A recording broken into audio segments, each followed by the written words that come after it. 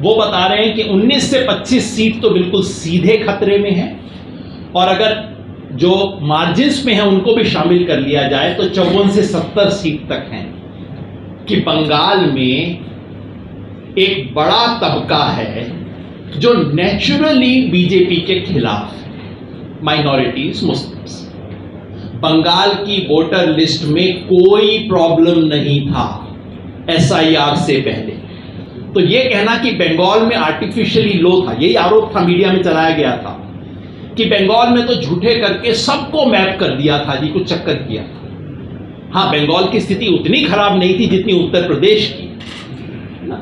ये सॉरी, पड़ोस के राज्यों से जजेस बुलाते हैं, उन जजेस को बैठाया जाता है और कहा जाता है आप डिस्प्यूटेड केस पे फैसला करें, और रातों रात डिस्प्यूटेड केस का नंबर 60 लाख हो जाता है। 250 केसेस में आप एक दिन में फैसला कर रहे हैं। 250 लोगों की जीवन मौत आप एक तरह से वोटर लिस्ट पे रहेंगे या नहीं उसका फैसला कर रहे हैं।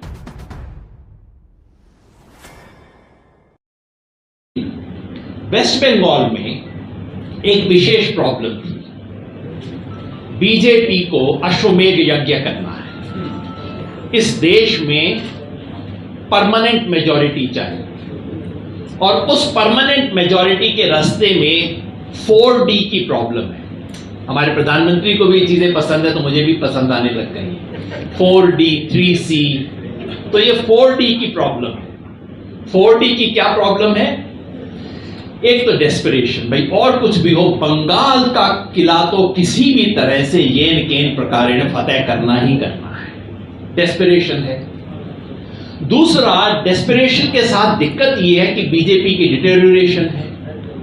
जो भी बंगाल जानते हैं, और आप में से बहुत बंगाल के बहुत नामी गिरामी पत्रकार रहे हैं कई लोग, पिछले 2-3 साल में बीजेपी डाउन हो गई है बंगाल में। संगठन टूट रहा है, डिटेरियोरेशन हो रहा है। तीसरी समस्या यह है कि यहां ऑपोजिशन डिटर्मिन्ड है, पूरा जान लगा के खड़ा हुआ है। और चौथी समस्या यह है कि एक डेमोग्राफिक प्रॉब्लम है कि बंगाल में एक बड़ा तबका है जो नेचुरली बीजेपी के खिलाफ है, माइनॉरिटीज, मुस्लिम्स। तो बीजेपी की जो अश्वमेध यज्ञ करने की इच्छा है उसमें ये 4D की प्रॉब्लम है, desperation, deterioration, determined opposition and demographic impediment. तो अब कोई तरीका चाहिए जिससे कि ये इंपेडिमेंट हटाया जा सके। ये जो चौथा इंपेडिमेंट है, किसी ने जरूर बैठ के सोचा होगा, आकाशवाणी हुई होगी कि आप अगर किसी तरह से इस 30% में से 4-5% काट दो तो फिर मामला ठीक हो जाएगा, फिर हम इलेक्शन लड़ने की स्थिति में आ जाएंगे। तो एक हिडन स्क्रिप्ट है, और देखिए सारा खेल उस हिडन स्क्रिप्ट के हिसाब से हो रहा है बंगाल में। पहली चीज याद रखिए, मैं चाहता हूं हम सब लोग याद रखें, बंगाल की वोटर लिस्ट में कोई प्रॉब्लम नहीं था एसआईआर से पहले। In fact Bengal was the most ideal state in the country. कैसे पता लगता है वोटर लिस्ट में गड़बड़ है कि नहीं है? You compare it to the adult population. ये एडल्ट पॉपुलेशन बंगाल का था, और ये भारत सरकार के फिगर है, हमारे फिगर नहीं है, government of India expert group on population projection. Before SIR the adult population of West Bengal in the month of December was 7,67 lakhs. And what was the voters list? 7,66 lakhs. इससे ideal match मैंने कहीं नहीं देखा है। What is the match? 99.67%. इससे अच्छा match इस देश में किसी राज्य में नहीं था। कोई बीमारी नहीं थी जिसका इलाज किया जा रहा है, बीमारी थी नहीं, और यही बीमारी है कि बीमारी थी नहीं, तो अब आपको बीमारी इन्वेंट करनी पड़ेगी। आगे देखिए, क्योंकि अखबारों में प्रोपेगेंडा चला, मीडिया में, कि साहब एसआईआर से पहले बंगाल में बहुत सारे वोटर जोड़ दिए गए थे। पहली बात तो कि जो भी जोड़े थे उसके बाद भी मिला के 99.67% था, 100 क्रॉस नहीं किया था। इस देश के कई राज्य हैं जहां 100 से ज्यादा है, 107% भी है देश में कई जगह पे। बंगाल में प्रॉब्लम नहीं था। एसआईआर से पहले बंगाल में एप्लीकेशंस आए, क्योंकि बिहार में जब खबर आई एसआईआर की तो डर के घबरा के लोगों ने लाइन में लगना शुरू किया, बर्थ सर्टिफिकेट लेने शुरू किए, अप्लाई किया। लेकिन आप देख रहे हैं उनमें से 41% एप्लीकेशंस रिजेक्ट हो गए। जिसका चर्चा की जाती है मुर्शिदाबाद, वहां 56% एप्लीकेशंस रिजेक्ट कर दिए गए उस टाइम। कोई सर्ज नहीं हुआ, कोई दनादन वोट नहीं बढ़े। ये बात एकदम झूठ है। तीसरी बात कही जाती है कि बंगाल का जो लोकल एडमिनिस्ट्रेशन और जो पूरी ब्यूरोक्रेसी है, जो इलेक्शन ऑफिसर्स थे, वो सारे रूलिंग पार्टी के साथ मिलकर बहुत गड़बड़ कर रहे थे, ये बताई जाती है। हमने कहा चलो इसको आंकड़े से चेक कर लेते हैं। This is the rejection rate. जो फॉर्म 6 में नए एप्लीकेशंस दिए जा रहे थे, क्योंकि मीडिया में ये आरोप ये था कि पता नहीं लाखों कर हजारों लाखों नए नए वोटर बन रहे हैं दिन रात बंगाल में, और वहां टीएमसी के वर्कर और ब्यूरोक्रेट्स मिलके उस वोटर्स को बनवा रहे हैं, सारी वोटर लिस्ट बर्बाद हो गई। ये देखिए रिजेक्शन लिस्ट। ये लोग मई के महीने में 50% क्लेम रिजेक्ट हो रहे हैं, जून में 41% हो रहे हैं, और एसआईआर के बाद जो आए हैं वो 81 रिजेक्ट हुए हैं। और ये वहां की लोकल ब्यूरोक्रेसी ने रिजेक्ट किए हैं, ये इलेक्शन कमीशन ने नहीं किए हैं। इसका कोई पॉइंट सिर्फ इतना है, ये कहना कि local bureaucracy was hand in gloves और अचानक पता नहीं लाखों वोट बनवा रहे थे, इसका कोई प्रमाण। अगर वो होता तो रिजेक्शन रेट 5% होता। यहां रिजेक्शन रेट 50%, 41%, बाद में तो 80% रिजेक्शन रेट है। There is no evidence of partisanship शुरू हुआ। Stage 1 as you know is about filing enumeration form. आपने एन्यूमरेशन फॉर्म दे दिए तो आपका नाम ड्राफ्ट लिस्ट में आ जाएगा, नहीं दिए तो कट जाएगा।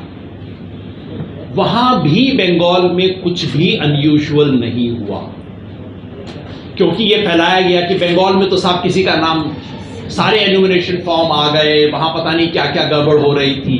अब आप ये देख लीजिए, पूरे देश का डेटा है। डेड का कॉलम देखिए, बंगाल इज 3.2%, बाकी सारे देश में क्या है 3, 3, 4, 2, 1, 3। It's absolutely the same as in the rest of the country. Duplicates about the same as in rest of the country. Absent shifted was less than rest of the country। और absent shifted की category के अंदर ही सारा खेल और बदमाशी हो रही है एसआईआर। तो बंगाल में आप ये कह सकते हैं बदमाशी कम हुई बाकी स्टेट से, क्योंकि सारी प्रॉब्लम्स एब्सेंट शिफ्टेड कैटेगरी में है। So in other words there was nothing, no major, it is not that Bengal had a much higher rate of enumeration than other states. जैसा सब में था वैसा ही बंगाल में हुआ। और देखिए मैपिंग का क्या मतलब है, अभी आपको दिल्ली वालों को झेलनी नहीं पड़ी है, इसलिए आपको समझ नहीं आएगा। 1-2 हफ्ते में आप सबको मैपिंग वर्ड समझ आ जाएगा। मैपिंग का मतलब ये है, एन्यूमरेशन फॉर्म में एक कॉलम होता है जिसमें आपसे पूछा जाता है कि आपकी फैमिली में आपके दादा पिताजी कोई जो 2002 में वोटर हो उसका नाम दीजिए, वो किस बूथ में कहां वोटर था उसका नंबर दीजिए। This is called mapping. So you map yourself as a progeny of someone from your family। और अगर मैपिंग आप ठीक नहीं करेंगे तो आपको नोटिस आ जाएगा। सो अब देखिए कि क्या बंगाल में मैपिंग कैसी रही। बंगाल में क्योंकि एलिगेशन ये था कि बंगाल में तो सबको झूठे ही मैप कर दिया था। आप ये देख लीजिए, बंगाल में 4.5% लोग हैं जो कि मैप नहीं हुए थे, राजस्थान में 1.6% हैं, तमिलनाडु में 2.3% है, मध्य प्रदेश में 1.6% है।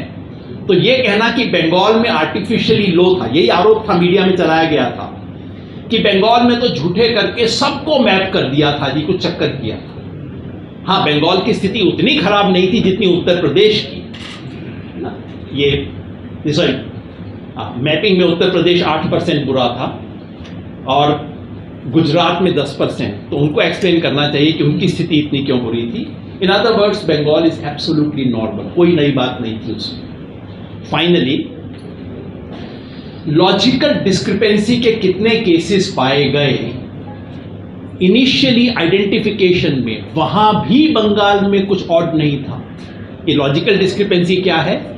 एक सॉफ्टवेयर बैठ के चेक करता है कि आपके और आपके पिताजी के बीच में एज गैप कितना है, आपका नाम एग्जैक्टली वही है जो आपके पिताजी का है, पिताजी का नाम वही है जो पहले था, आपका नाम क्या है, एक्सेट्रा, ये देखता है।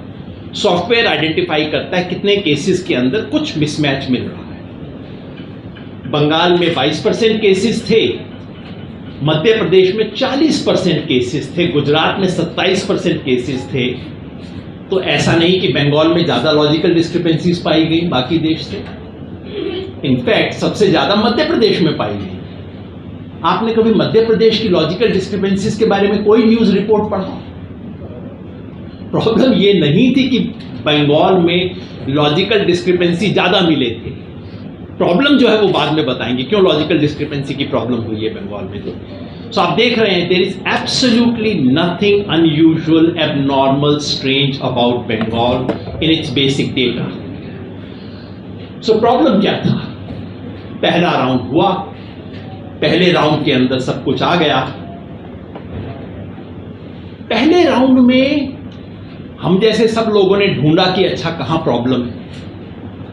कुछ प्रॉब्लम थे, कलकत्ता जैसे जगहों पे अर्बन माइग्रेंट्स में ज्यादा डिलीशन हुआ, पूर्वी मेदिनीपुर, बांकुड़ा जो कि बीजेपी की स्ट्रांग होल्ड्स हैं, वहां बहुत कम लोगों के नाम कटे। लेकिन दूसरी तरफ जो माइनॉरिटी डोमिनेटेड डिस्ट्रिक्ट्स हैं वहां पे भी बहुत कम नाम कटे थे फर्स्ट राउंड में, सिर्फ एन्यूमरेशन वाली स्टेज पे। और मैपिंग रेट जो था मतुआ सीट्स पे जो कि बीजेपी के सब पक्ष में है, वहां पे प्रॉब्लम ज्यादा था। मतलब पहले राउंड में बात बनी नहीं। ये हम चले थे इंपेडिमेंट रिमूवल एक्सरसाइज पे, और इंपेडिमेंट रिमूव होने के बजाय बढ़ गया। मुस्लिम इलाकों के अंदर जितना सोचा था कटेंगे उतना नहीं कटा, और जहां हमारे वोट थे मतलब बीजेपी के वोट थे, मतलब इलेक्शन कमीशन के वोट थे, अब तो अलग करना मुश्किल हो गया है ना, तो वहां ज्यादा वोट कट गए। So this is the problem, impediment was not removed. अब सेकेंड फेज पे आ गया, सारा खेल उसके बाद शुरू हुआ बंगाल में। स्टेज 2, यहां फिर इलेक्शन कमीशन आया कि अच्छा अब हम इंपेडिमेंट्स को हटाने का काम करते हैं। ऊपर से फोन आया होगा, माइक्रो ऑब्जर्वर्स लगाए गए 8000। किसी भी राज्य में कोई माइक्रो ऑब्जर्वर नहीं लगाया गया था। Bengal is the only state with micro observers, और 1, 2, 4 नहीं, 8 नहीं, 8000 माइक्रो ऑब्जर्वर्स लगाए। Special roll observers roll observers 20 लगाए गए, स्पेशल रोल ऑब्जर्वर्स 10 लगाए गए। किसी भी स्टेट में 5 से ज्यादा रोल ऑब्जर्वर्स और स्पेशल रोल ऑब्जर्वर्स नहीं थे। उत्तर प्रदेश में 4 थे, बंगाल में 10, वेरी स्पेशल। बाकी स्टेट्स में आप देख रहे हैं कोई ऑब्जर्वर्स नहीं थे। रोल ऑब्जर्वर्स भी इनफैक्ट 5 से कम थे, बंगाल में 20 रोल ऑब्जर्वर्स थे।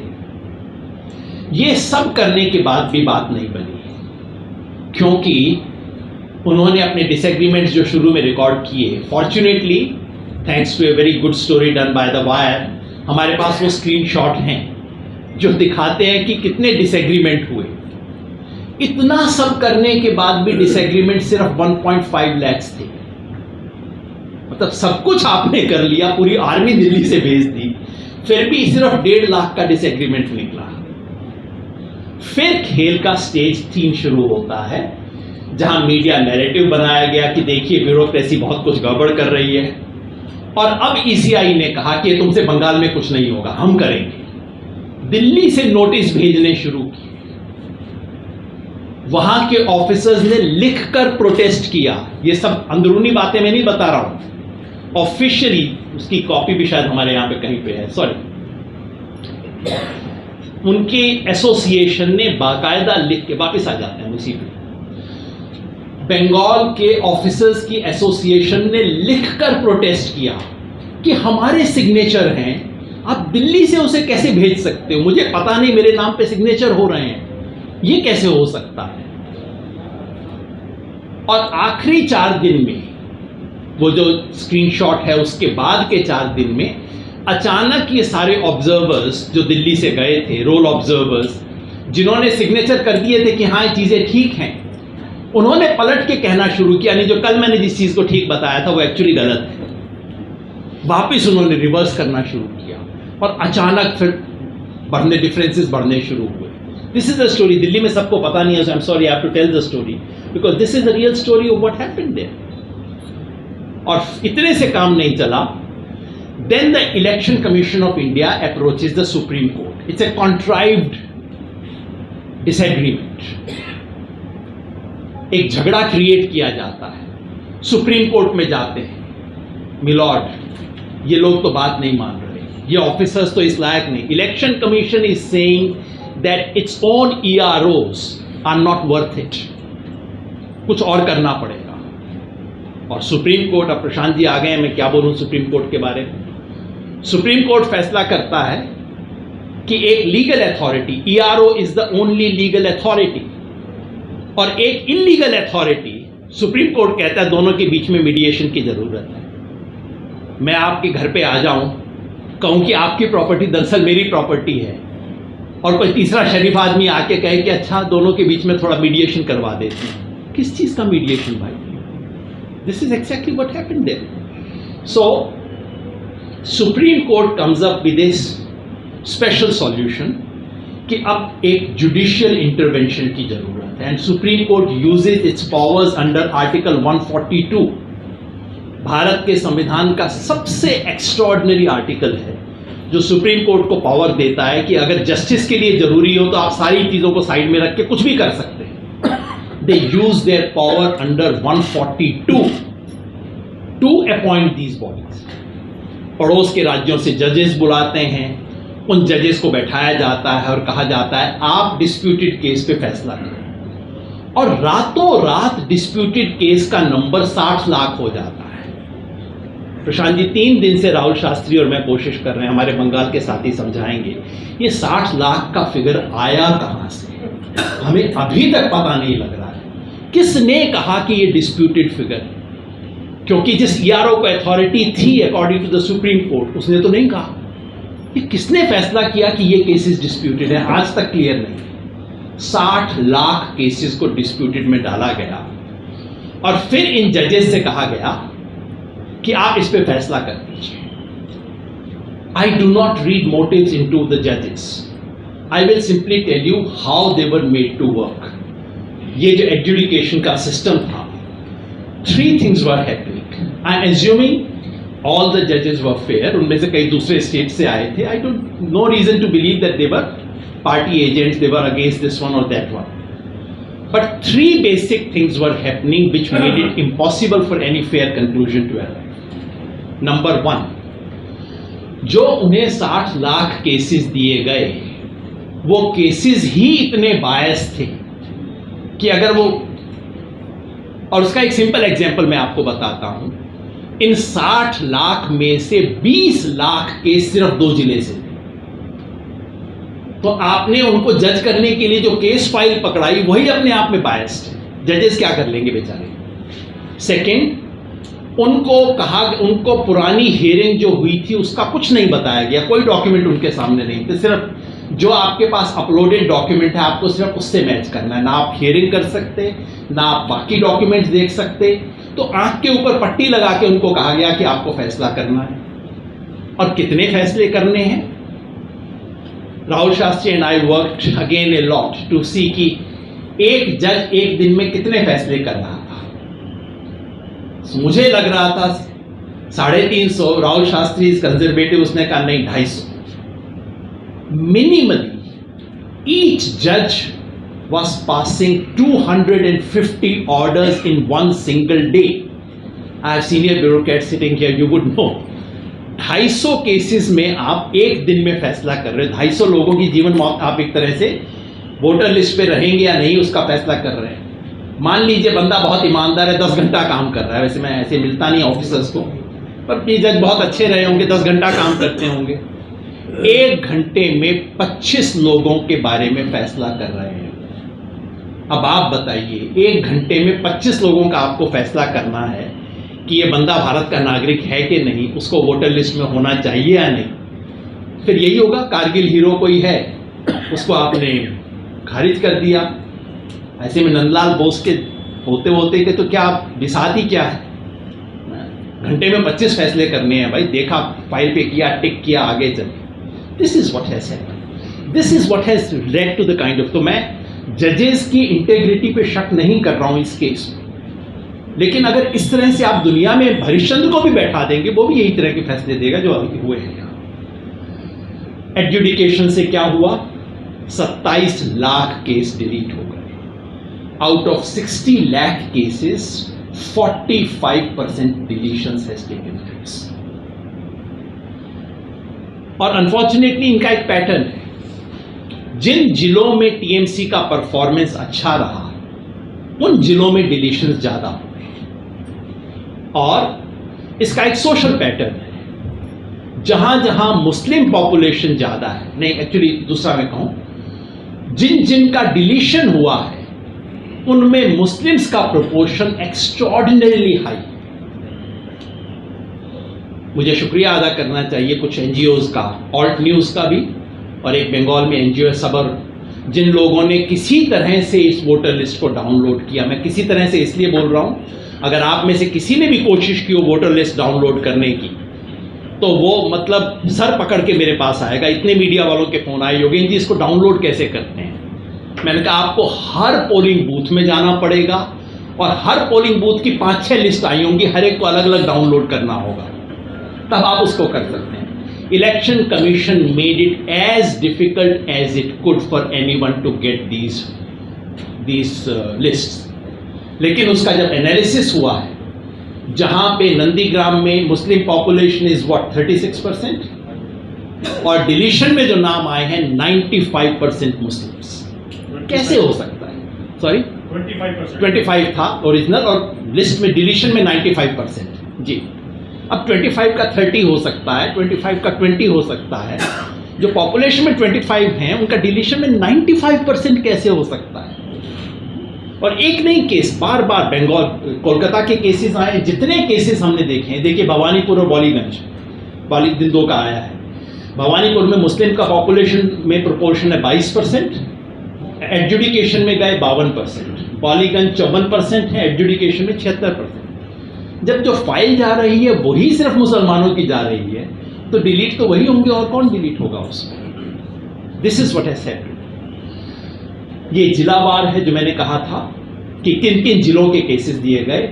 ये आप सिर्फ पहले 4 केसेस देख लीजिए, 5 केसेस मालदा, उत्तर दिनाजपुर, कूच बिहार, मुर्शिदाबाद और कुछ हद तक पूर्वी बर्धमान। इन सब में 50% से ज्यादा केसेस एडजुडिकेशन के लिए गए। और ये सारा इलाका कौन है, जो बंगाल थोड़ा सा भी जानता है वो जानता होगा, ये सारा मुस्लिम मेजॉरिटी कंसंट्रेट, मेजॉरिटी नहीं, मुस्लिम हाई मुस्लिम पॉपुलेशन का एरिया है, जो दिनाजपुर से शुरू होता है, मालदा तक आता है, और इस वेस्ट की तरफ जाइए तो थोड़ा सा उसमें बर्धमान का इलाका आता है। This is the Muslim majority area, सारे वहां के केसेस का। आगे चलें, ये उसका वो है। So I just come to my final point. जैसा मैंने शुरुआत में कहा था, इसकी एक पॉलिटिकल स्क्रिप्ट थी। फाइनली क्या हुआ, जो 27 लाख केस डिलीट हुए वो बंगाल के वोटर्स के 5% के करीब होंगे, जो एक्चुअल वोटिंग पॉपुलेशन है। इलेक्टोरेट नहीं, इलेक्टोरेट ज्यादा, इलेक्टोरेट का 3-3.5% है, लेकिन जो वोटिंग पॉपुलेशन है उसका 5% है।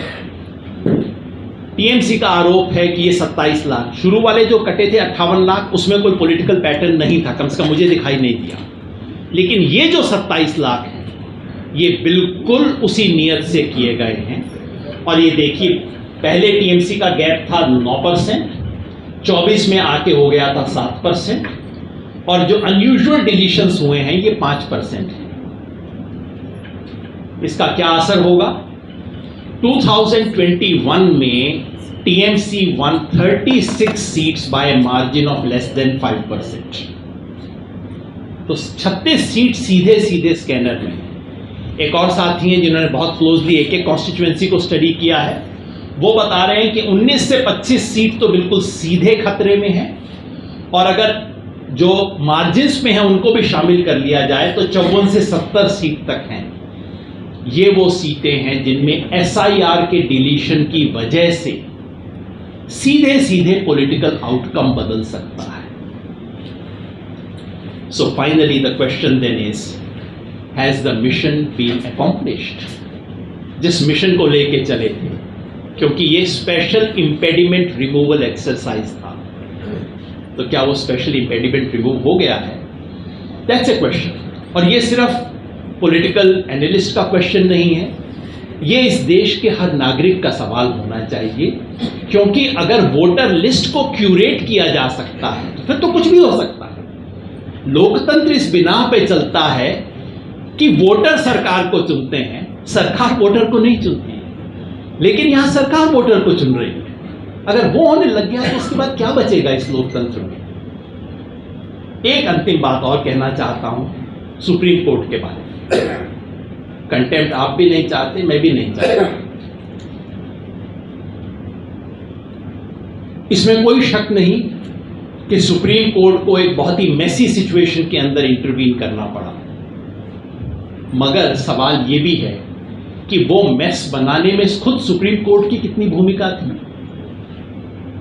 आप इजाजत देते हैं मिलॉर्ड, आप लोग इजाजत देते हैं कि इतने बड़े इंटेंस पॉलिटिकल राज्य में 4 महीना पहले वोटर लिस्ट नए सिरे से लिखी जाएगी। आप इसकी इजाजत देते हैं कि लॉजिकल डिस्क्रिपेंसी, जिसका कहीं कोई जिक्र किसी कानून रूल कहीं पे नहीं है, उसके नाम पे 1.5 करोड़ लोगों को नोटिस दिए जाएंगे। आप इसका इजाजत देते हैं कि लिस्ट सार्वजनिक नहीं की जाएंगी, लिस्ट को इस तरीके से छुपा छुपा के डाला जाएगा। आप ऑफिशियल ईआरओ के सर पे एक नई अथॉरिटी को बनाते हैं, जजेस को, जिनको कोई बैकग्राउंड नहीं है, जिन्होंने ये काम कभी किया नहीं है। आप उनको इतना समय देते हैं कि इलेक्शन का समय सर पे आ गया है, और परसों आप जजमेंट देते हैं कि नहीं, ये 27 लाख लोग एपिलेट अथॉरिटी में जा सकते हैं। कब जाएंगे? कब फैसला आएगा? आप कहते हैं कि सप्लीमेंट्री लिस्ट आ जाएगी।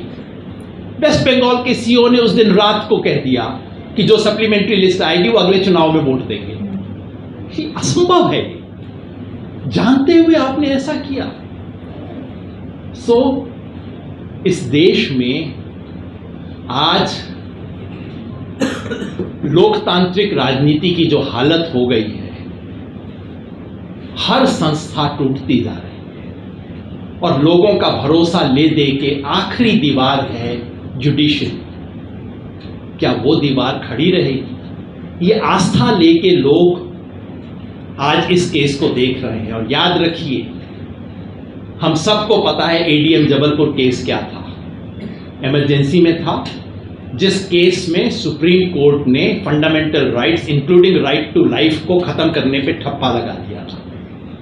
मैं बिना हिचक के कहना चाहता हूं, फंडामेंटल राइट्स के लिए जो एडीआर जबलपुर का केस था, वही केस एसआईआर इस देश की इलेक्टोरल डेमोक्रेसी के लिए है। देश की जनता की आज भी उम्मीद है कि ये रोका जाएगा, वो अंतिम दीवार नहीं गिरेगी। हम सबकी ये उम्मीद है।